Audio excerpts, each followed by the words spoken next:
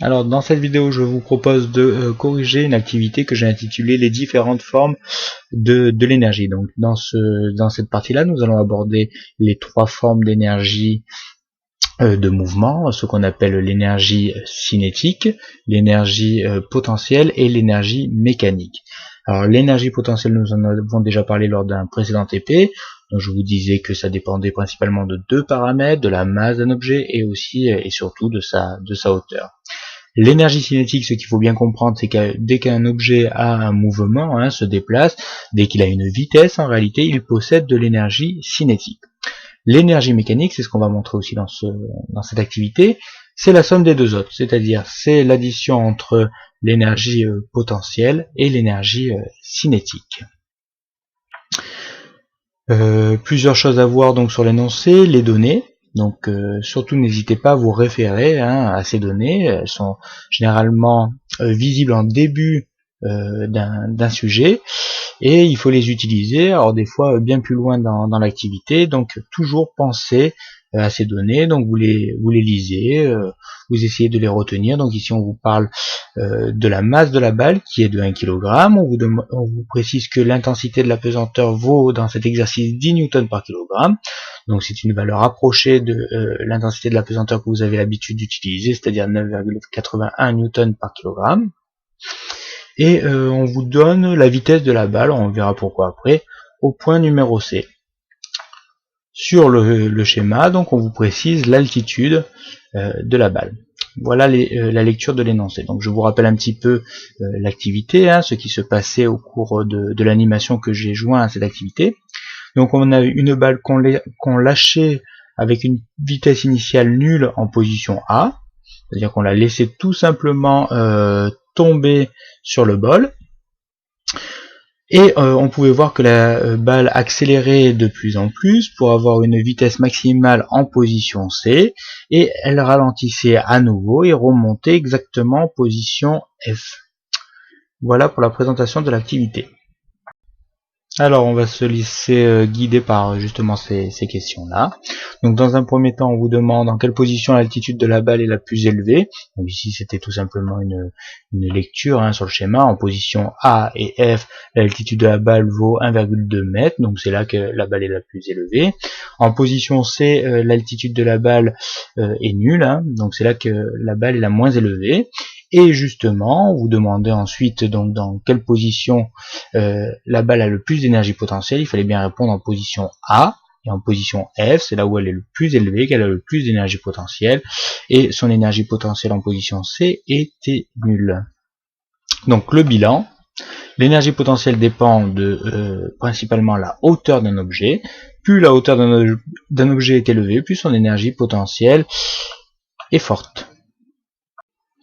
Donc ensuite on vous demandait de parler de l'énergie cinétique, donc en quelle position la vitesse de la balle est la plus élevée. Donc on pouvait voir que c'est en position C, elle a une vitesse nulle lorsqu'elle est le plus haut possible, c'est-à-dire en position A et en position F.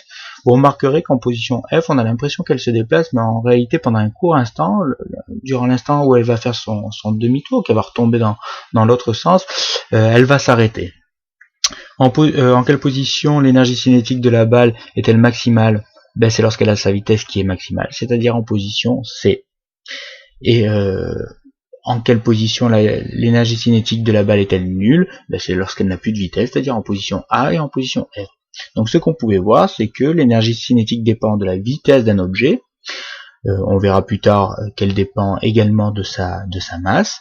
Donc plus la vitesse d'un objet est élevée, plus son énergie cinétique est forte. Voilà ce qu'il fallait montrer ici. On vous parle ensuite de l'énergie mécanique. Donc l'énergie mécanique, comme je vous le disais en introduction, c'est la somme, c'est-à-dire l'addition de l'énergie potentielle et de l'énergie cinétique. Ce qu'il fallait bien retenir donc dans ce TP, c'est que l'énergie mécanique reste constante, c'est-à-dire que sa valeur ne change pas à condition qu'il n'y ait pas de frottement. C'est-à-dire que la balle ne soit pas ralentie par les frottements de l'air ou par les frottements du sol. Donc ici, si vous regardez bien les données initiales, on vous dit que on suppose que la balle ne frotte pas. Donc c'est une approximation qui se justifie tout à fait dans ce genre d'exercice et qui va nous permettre de simplifier énormément nos calculs puisque ici on va dire que l'énergie mécanique reste constante. Autrement dit, si vous calculez l'énergie mécanique à un certain instant, il faut bien comprendre que elle ne changera pas. Vous allez obtenir une valeur qui va s'exprimer en joules, et cette valeur sera toujours la même tout au long de l'exercice. Donc on continue à présent et on va voir comment calculer ces énergies. Pour le moment, on a dit qu'elles étaient plus ou moins fortes en fonction de la hauteur, en fonction de la vitesse, mais il faut savoir qu'on peut les déterminer beaucoup plus précisément grâce à une formule que je vais vous donner donc dans un formulaire. Donc l'énergie cinétique, retenez bien cette formule, elle est à connaître par cœur, c'est égal à 1/2, donc 0,5, fois la masse de l'objet que l'on considère, fois sa vitesse au carré. Très important, le carré ici, vous l'oubliez très souvent. Indique les unités de chaque grandeur qui apparaissent dans ce calcul. Donc quand vous utilisez une formule, vous savez que vous ne pouvez pas mettre n'importe quelle valeur avec n'importe quelle unité dedans. Donc les unités qui ont été choisies pour cette formule, donc l'énergie cinétique comme toutes les formes d'énergie, donc doit s'exprimer en joules.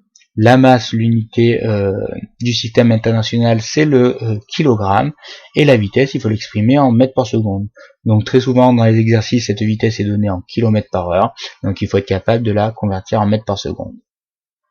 Une fois qu'on a fait ça, on vous demande de calculer l'énergie cinétique de la balle en position C, donc il n'y a aucun problème, étant donné qu'on connaît sa masse, 1 kg, c'est donné justement dans les données qui sont au début de l'activité, et la vitesse au point C est également donnée, elle vaut 4,9 mètres par seconde. Donc on applique bêtement la formule, 0,5 fois 1 fois 4,9 au carré surtout, hein, et on trouve 12. Donc l'énergie cinétique au point C vaut 12 joules. Calcule l'énergie cinétique de la balle lorsqu'elle atteint la position F, donc là le calcul est beaucoup plus simple, étant donné qu'en position F, la balle est immobile, on l'a dit dans les questions précédentes. Donc j'ai l'énergie cinétique qui vaut forcément 0 joules. Pour l'énergie potentielle, donc vous connaissez la formule, on l'a utilisée dans un TP précédent. Donc l'énergie potentielle, la formule c'est M fois G fois H, la masse fois l'intensité de la pesanteur fois la hauteur. Les unités qui sont à respecter sont donc l'énergie en joules, la masse en kilogrammes, la hauteur en mètres et l'intensité de la pesanteur en newton par kilogramme. On calcule maintenant l'énergie potentielle à la position C, donc facile, l'altitude en position C de la balle vaut 0 mètre, donc l'énergie potentielle forcément vaut 0 joule. Pour l'énergie potentielle de la balle en position F, donc graphiquement on détermine que l'altitude de la balle en position F vaut 1,2 mètre, et on utilise donc la formule de l'énergie potentielle en remplaçant donc la hauteur par 1,2. Donc j'ai 1 fois 10 fois 1,2, ça fait bien 12 joules. Vous remarquerez que j'ai pris l'intensité de la pesanteur 10, puisque dans l'énoncé on vous demande de prendre 10 newtons par kilogramme. Alors je continue, on vous demande maintenant de parler de l'énergie mécanique. Que vaut l'énergie mécanique au point C? Donc pour calculer l'énergie mécanique, donc il faut additionner l'énergie cinétique au point C, donc on l'a calculé précédemment, hein, on avait trouvé qu'elle valait 12 joules, et l'énergie potentielle au point C, on avait trouvé qu'elle valait 0 joules, donc on réalise tout simplement l'addition, et on trouve que l'énergie mécanique au point C vaut 12 joules. Que vaut-elle au point F? Donc pareil, hein, on a calculé l'énergie cinétique au point F, comme la balle était immobile, elle valait 0 joules, et l'énergie potentielle au point F, elle est encore au-dessus de nous, donc elle vaut 12 joules, donc j'ai 0 joules plus 12 joules, et je trouve que l'énergie mécanique au point F vaut 12 joules. Est-ce que ces valeurs t'étonnent? Ben non, étant donné que je vous l'ai dit précédemment, l'énergie mécanique, s'il n'y a pas de frottement, comme c'est le cas ici, hein, elle reste constante dans tout l'énoncé. Donc ici, si on la calcule en un point, elle vaut 12 joules. Elle vaut 12 joules également au point F, et elle va valoir aussi 12 joules au point A, B, C, D et au point F. Alors on va aborder maintenant une partie un peu plus calculatoire. Donc dans cette partie, on vous demande quelle est l'énergie potentielle de la balle en position E. Alors pour mesurer, calculer plutôt l'énergie potentielle en position E, donc ici, lorsque la balle se trouve ici, il faut connaître plusieurs données, il faut connaître sa masse, on l'a, la balle pèse 1 kg, l'intensité de la pesanteur, donc 10 newtons par kilogramme, il faut connaître l'altitude, je peux la déterminer grâce au schéma, donc 0,8 mètres. Donc la balle se trouve à 80 cm d'altitude, donc à présent, donc on va utiliser Pardon, donc la formule. Donc l'énergie potentielle au point E, c'est égal à m fois g fois la hauteur. On vient de déterminer ces valeurs, on fait le calcul, on trouve 8 joules. Connaissant son énergie mécanique, déduisant son énergie cinétique. Alors, vous allez me dire, connaissant son énergie mécanique, dans cette partie on ne vous la donne pas. Mais comme je vous l'ai dit précédemment, l'énergie mécanique ne change pas, donc durant toute l'activité, vous allez prendre toujours 12 joules, puisqu'il n'y a pas de frottement. Donc on connaît l'énergie mécanique qui vaut 12 joules, mais on sait aussi que l'énergie mécanique, c'est l'énergie cinétique plus l'énergie potentielle. On vient de calculer l'énergie potentielle, qui vaut 8 joules. Donc pour trouver l'énergie cinétique, il faut arriver à 12 joules, hein, il faut tout simplement déterminer que l'énergie cinétique vaut 4 joules.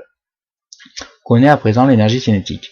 Maintenant, comment fait-on à partir de cette énergie cinétique pour calculer la vitesse? On va utiliser la formule de l'énergie cinétique. Donc l'énergie cinétique au point E vaut 4 joules, mais elle vaut aussi 0,5 fois la masse de la balle, c'est-à-dire 1 kg, fois la vitesse au carré. La seule inconnue dans cet énoncé, c'est la vitesse au point E. Donc je vais remplacer dans cette formule les valeurs que je connais, donc 0,5 fois la masse 1 fois la vitesse que je ne connais pas est égale à 4. J'effectue ce petit calcul, hein. N'hésitez pas à multiplier le nombre d'étapes, ça vous évitera de vous tromper dans vos opérations. Alors ce 0,5, ça m'aurait bien arrangé qu'il soit plutôt de l'autre côté, hein, donc je vais le supprimer pour avoir la vitesse toute seule du côté du égal, pour pouvoir la calculer plus simplement. Donc je vais diviser des deux côtés par 0,5. Donc ici ce 0,5 va se simplifier avec celui-ci, et là je vais avoir 4 sur 0,5, ce qui fait 8. Donc j'ai ma vitesse au carré qui est égale à 8. Mais la vitesse au carré, elle ne m'intéresse pas. Moi, ce qui m'intéresse, c'est la vitesse. Hein. Donc je vais prendre la racine carrée de 8. Et je trouve que la vitesse au point E est égale 2,41. Et on n'oublie surtout pas l'unité, mètres par seconde. Alors, la dernière partie que je vous propose de traiter, c'est celle que j'ai intitulée le niveau expert. Alors, vous verrez que ce n'est pas beaucoup plus difficile que l'étape précédente, hein. C'est simplement, je ne vous ai pas guidé dans cette partie, donc c'est à vous d'imaginer les différentes étapes qui vont vous mener à calculer la vitesse lorsque la balle atteint la position B. Alors, je reviens sur le schéma initial.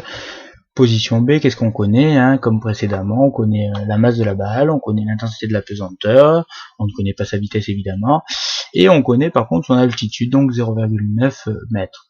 Donc la première étape consistait en fait à calculer son énergie potentielle. Donc l'énergie potentielle de la balle en position B. Donc j'utilise la formule, l'énergie potentielle en position B est égale à m fois g fois la hauteur en position B, c'est-à-dire 1 fois 10 fois 0,9, c'est-à-dire je trouve 9 joules. Une fois que j'ai fait ça, je vais utiliser la conservation de l'énergie pour déterminer l'énergie cinétique en position B. Si je connais l'énergie cinétique en position B, je peux déterminer facilement sa vitesse. Donc je sais que l'énergie mécanique, on n'a pas changé d'exercice, elle vaut toujours 12 joules. Et elle vaut également l'énergie cinétique plus l'énergie potentielle. L'énergie potentielle, je la connais, 9 joules. Donc il me reste que 3 joules pour l'énergie cinétique.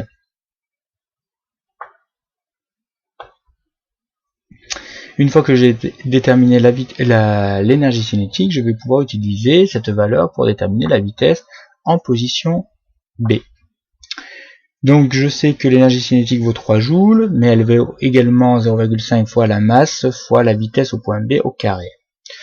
Donc la masse est de 1 kg, la vitesse je ne la connais pas. Donc comme précédemment, je vais diviser par 0,5 de part et d'autre de l'égalité pour pouvoir supprimer ce 0,5 qui me gêne, hein, ici tout simplement, et avoir la vitesse toute seule au niveau du côté gauche de l'équation. Donc je trouve que la vitesse au carré vaut 6, donc elle ne m'intéresse pas, moi ce que je veux c'est la vitesse tout simplement. Donc la vitesse vaut racine de 6, soit 2,45 mètres par seconde. Donc vous voyez que les étapes sont exactement les mêmes que précédemment. Alors dans cette dernière partie, je vous propose d'utiliser une petite simulation. Donc ici on a représenté des montagnes russes, et on va étudier l'énergie du chariot qui va glisser sur les montagnes russes. Alors initialement, il faut lui donner une certaine forme d'énergie. Donc on va lui donner de l'énergie mécanique, sous forme principalement d'énergie potentielle. Alors d'où vient cette énergie? Quand vous faites des montagnes russes, hein, dans un premier temps vous êtes tracté. C'est-à-dire qu'on va utiliser de l'énergie électrique pour vous donner de l'énergie potentielle.